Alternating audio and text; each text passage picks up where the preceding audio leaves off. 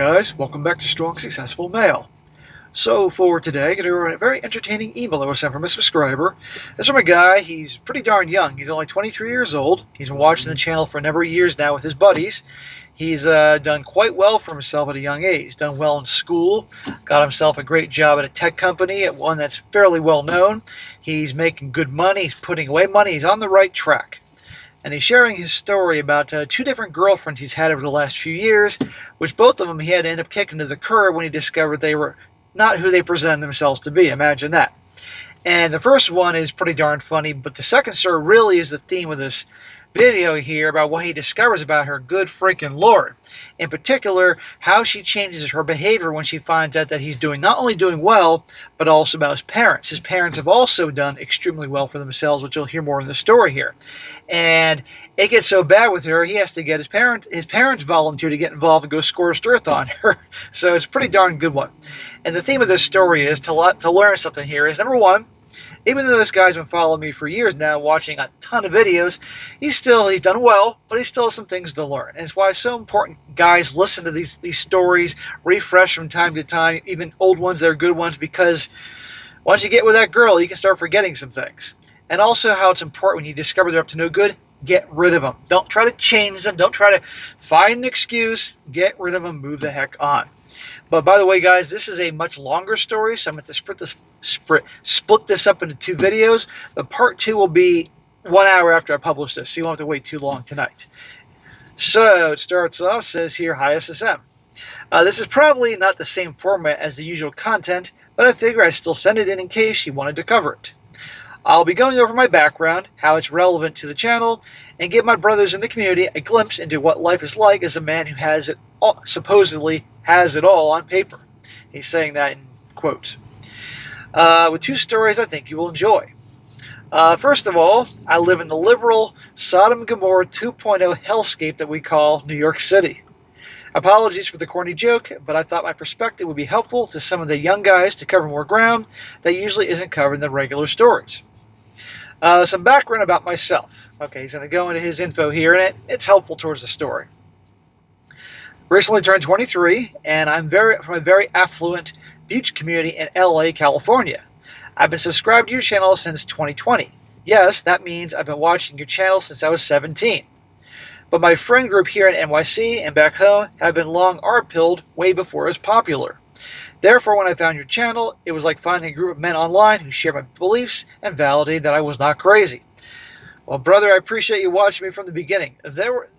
R-pill stuff was going back long before I came onto YouTube here, but there were some young guys that were starting to embrace it. And I guess where he's from in California, a lot of guys are like, my God, we're around a bunch of freaking crazy people here. So I'm glad you and your bros had already had some background there. I just want to say thank you to SSM, as I felt that you were like an online uncle who was there for me when things were hard, and I've always taken your words and spirit as proof to work harder for my future.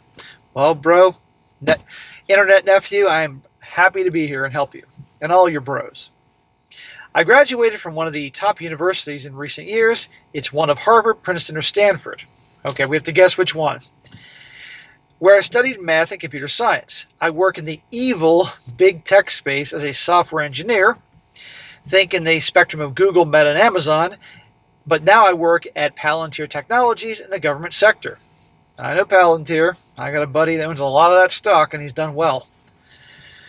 I specifically work with certain unpopular government agencies, and my team's software has recently been used in targeted drone strikes in the ongoing Iran conflict. Well, it's a war. Therefore, I feel I'm qualified to make statements on how the AI economy continues to shape the world, and believe me, it's made me much more cynical about the general trajectory of my generation. I am extremely conservative by nature and have never fallen for any of the liberal BS they pushed on us in high school or university. Please note that I am not ethnically Caucasian or white. Both my parents immigrated from China in the 90s to pursue higher education here in the States. So they came here and they really made something of themselves. Good for them. And now you're making something of yourself. Good for you. A bit of my parents. And by the way, guys, he's giving his background information here, but it is important for the story, so just bear with our guy here. A bit on them, my parents have worked almost 30 years in the big tech space and were largely influential in my upbringing, shaping my personal values and how I view the world. My dad is a senior VP of engineering at NVIDIA and works on the latest Blackwell GPUs that everyone wants to get their hands on. And my mom was previously a test engineer at Microsoft until she was laid off in 2024. Yeah, I know those companies, and I know all the investors know those companies. And if your dad's made his career at NVIDIA, I can imagine with the stock options and your mom at Microsoft. Hey, good for them. My parents have done extremely well for themselves. No shit. With my dad's equity in NVIDIA being valued at quite a large sum of money today. They were also early real estate investors and constantly reinvested everything they had back into the markets, owning plenty of homes, condos, and apartments in many states, under a structured LLC with their own employees. Therefore, it is safe to say that money will not be a problem in my family, probably for a long time. That's awesome. Good for them. Good for them. And he's going to mention later on that before they got jobs in those big tech companies, and hell, NVIDIA was not that big company when it first started off in the 90s, they weren't exactly rolling with the money. But then I'm glad they were investing it and growing it and diversifying. That's what you do. And they taught you, brother. I've also been actively saving and investing my money since I was 13, with my net worth being quite high for my age as a result of smart investing decisions and my employee equity from Palantir. Please emphasize this point. I did not write this to brag at all, only to prove the legitimacy of my claims and give crucial context on my background so that the brothers know I'm not spouting BS. So, okay, man, I don't take it as bragging. Somebody might take it as bragging, but I know you're trying to give some... Okay, I come from a family that's done well. They worked hard for it. They worked smart for it. You're doing well. And this is why you have to watch out for gold diggers, which, gee, that's going to happen later on. I understand how privileged I sound writing this all, but trust me, as will be important for later. Last bit of background on my family, even though my parents currently possess a lot of liquid capital, it was not always been this way. I was born into a lower middle-class situation while my dad started his career as a PhD postdoctorate candidate at Princeton. I was born in Jersey, and my mom finished her master's degree studies. Okay, you were born when they were still in school and, probably eating ramen noodles and canned soup all the time. I never missed a meal or was neglected as a kid, but the first lesson my parents instilled in my siblings and me was that you work hard for your own shit. You don't take more than you can, give back, and nobody will feel bad for you because the world is a cruel place. That is a great lesson from your parents. I wish the majority of kids that were born here, many generations here, had the parents teach them that. Because the kids nowadays, as I'm sure you're well aware of being the Gen Z crowd, they're taught the opposite. They're taught they're owed everything, or they think they're owed everything. My dad told me that life isn't fair, and you work for your money, you work for what you get. Thank God I have my dad. I would like to give a shout out to my dad, though. He's definitely more chilled out now, but back in the day, he would smack us sideways if we were caught misbehaving or doing stupid things with girls or acting like Pee-wit manginas. Well, my dad would smack the shit out of me if I did stupid shit at school, that's for sure. My father is the most masculine, high-achieving, and ambitious person I ever met, and I think a lot of his qualities are reflected in me. This is to say, I think every boy needs a strong male role model to look up to. I would also like to shout out to my mom. While my dad was working 15 hours a day to rise through the ranks early in his career, my mom negotiated fully remote work with her company to stay at home and take care of the family. Even though my mom is a very intelligent and ambitious person, she recognized that she needed to be the anchor of the family for it to function, and she sacrificed her own career growth to ensure my siblings and I had the care we needed to thrive. Well, that's the way it should be. That's how things have been for a long time. So she still obviously worked, he said, until 2024, but she sacrificed her career growth. She could have gone a lot further if she didn't spend a big chunk making sure you and your siblings were doing things right. And a shout out to your mom. She was a good mom. That's how things work, a good partnership. Doesn't sound like your parents are wanting for anything now. You can probably figure out by now, but both my parents have been ardent conservatives since I was born and never tolerated BS in the house or in our lives. They are passionate and fully American at heart, and they hate CCP with their entire being. My siblings and I were given enough to eat and go to school, but we shared toys, clothes, and school supplies, and were never given any allowances or gifts except for certain holidays or birthdays.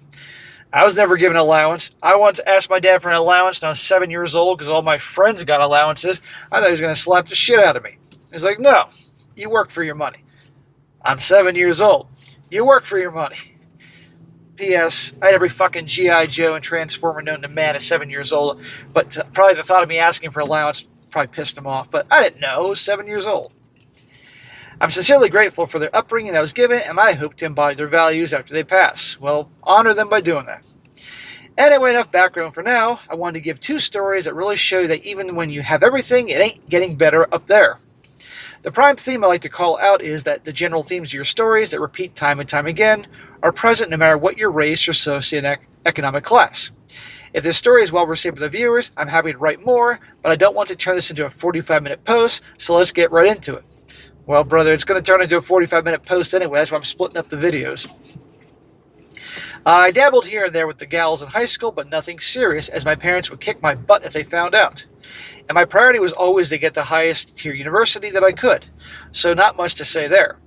My first serious girlfriend was in junior year college. We dated for about a year and broke up because I suspected infidelity on her part. Probably. Now we were not long distance. SSM, you and your viewers are going to have a laugh from how many times you hear this, but in the beginning, she presented herself as perfect. She was smart, charming, beautiful, and everything I could have asked for in a girl. That's what all the guys think in the beginning. She's perfect. And then they find out no way she's perfect. I honestly thought for a little while that I was going to bring this girl home to my parents. But just like how no good deed goes unpunished, nothing good lasts forever. The only point of friction in our relationship was that because she was really hot. A lot. A lot of guys were going after her, but they would always do it under the guise of studying at the library, catching up over coffee, or some other scenario where there was plausible deniability. Well, they always like to have a situation of plausible deniability because then the women can blame it on the guys. And of course, if she's hot, of course she had guys constantly after her. You should have established early on, okay, if we're going to be a relationship, no guy friends. You ain't hanging out with dudes and studying the library, going to coffee, or whatever the hell you do. And you'll see the problem here. I realize that with women and infidelity, they never want to be the ones who get themselves into a situation where they can't justify their way out of it. So they rely on the other man to propose a situation where they can blame it on him and make him out to be the bad guy. If all else fails, they'll turn it on you and say you were being insecure. Sums it up. This particular ex-girlfriend of mine had 3 guy friends that I was aware of. 2 of them were gay, and I had met them multiple times, so I wasn't ever suspicious of them. Nowadays, you gotta be suspicious of them, and I've heard stories that prove this. The 3rd guy is the source of the story. Let us call him Jerry. It was well known that Jerry would definitely sleep with my ex if he could, and he was known to be a player on campus. But I always made a rule that I had to be physically present if my girlfriend were to hang out with him. Well, I'm going to smack you on that one. Not because you said that, but because she shouldn't have been hanging out with him at all. You should have laid out boundaries. No, okay, we'll be in a relationship, but you ain't hanging out with other guys. I ain't hanging out with other girls.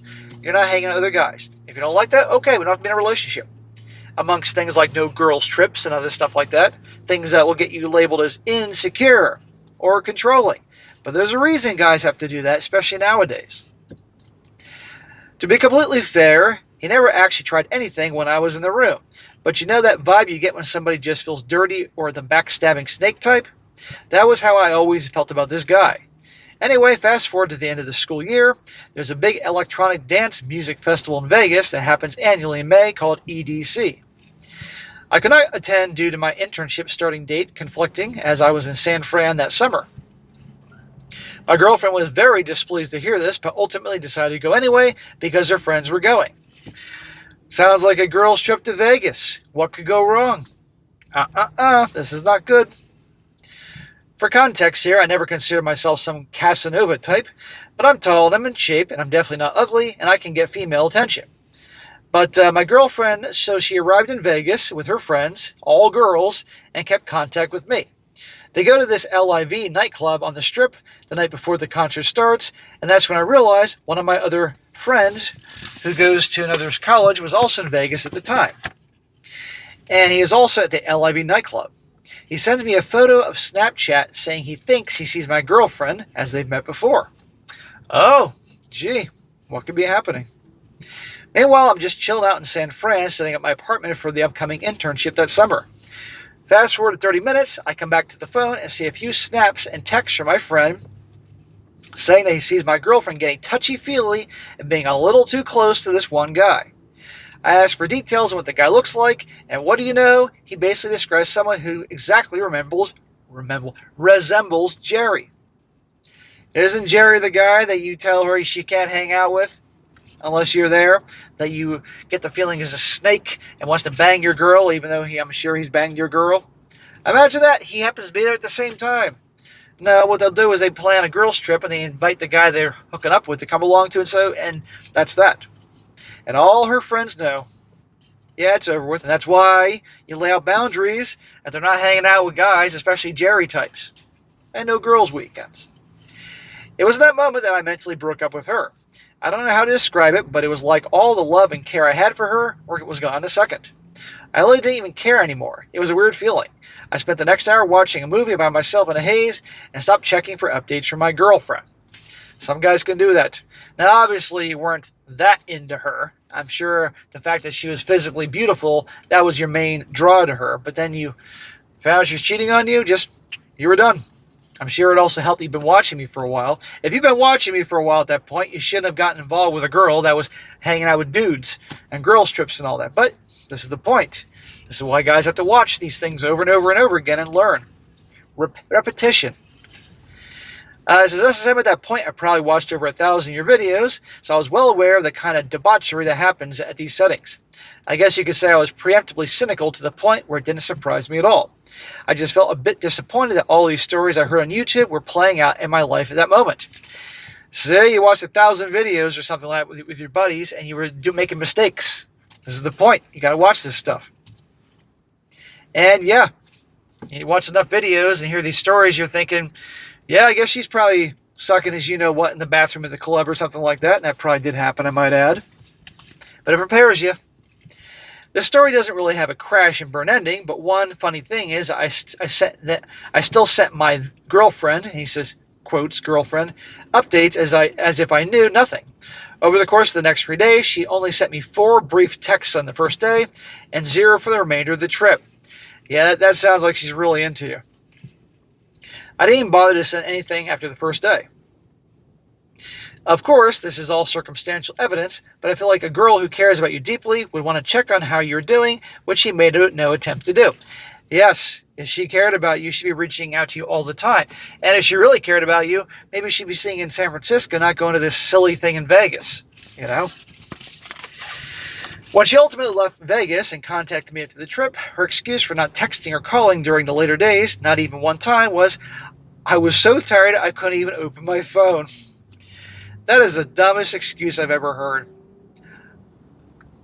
Your typical young gal nowadays could have no hands and would find a way to open up their phone with their feet or their mouths or something, if their mouths weren't already doing something else, to see texts and Snapchats and shit like that.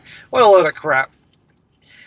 I broke up with her over a 20-minute phone call outlining everything I knew and that I didn't care what happened or didn't happen because I was over.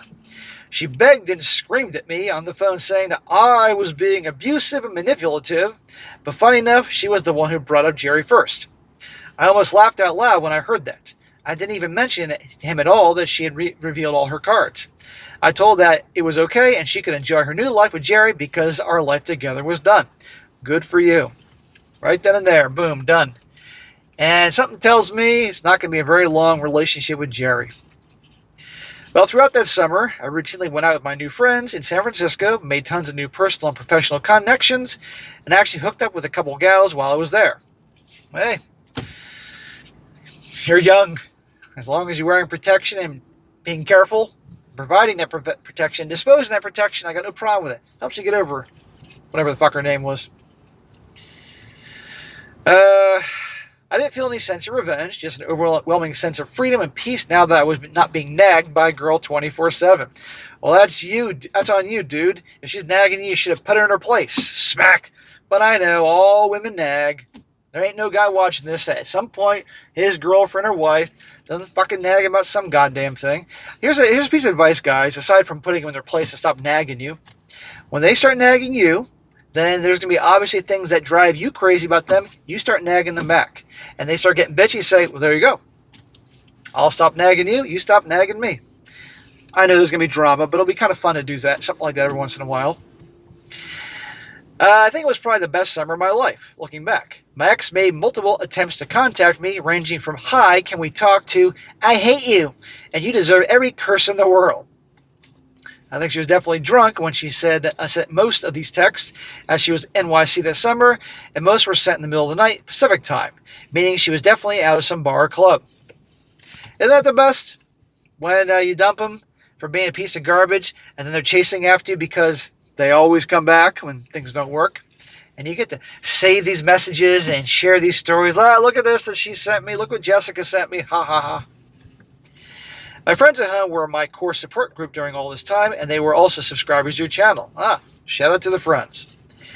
After they found out about this, I would send them screenshots of her texts, and they'd print them out and frame them on the wall, and we'd have a good laugh together whenever we went home for the holidays. There you go. That's awesome. Anyhow, I'm rambling about the story a bit, but nothing really came out of this. When everybody returned to campus for senior year, my ex tried to corner me a few times in the lecture halls and gym to force a conversation. They cannot take rejection. Obviously, I mean, you must have opened your big mouth a couple times back then when you were in college about your family, and she probably realized, oh shit, this guy would have been great to marry because his family's got dough, you know. But maybe you were a very cool dude too, I don't know. But I would walk right past her. From what I understand, the Jerry guy also wanted nothing to do with her. Of course. And I knew he was slipping around with a girl from a state school down the road. I think I should buy him a beer and thank him for exposing such an ugly creature from taking any more of my resources. I don't really keep up with her now. I just sometimes see her on Instagram with mutual girls that we both follow, posting my ex-girlfriend out at a bar or nightclub. I can just tell she's miserable and probably feels like she's passed up a generally good guy for a night of fun in Vegas. Well, she's never going to admit that. They don't want to admit that they were wrong or screwed up, but her actions show by chasing after you repeatedly that she knows she's screwed up. But she's somebody else's problem, and you learn something. So guys, I'm going to wrap up part 1 here. That was more his background, the family, but we're going to get to part 2 in an hour after I publish this, and you're going to get the main story about our guy here and his crazy girlfriend he calls Jessica, and what he discovers about her. And holy crap, it gets pretty darn funny when his parents volunteer to get involved to help get rid of her. I will see you then. Definitely check it out.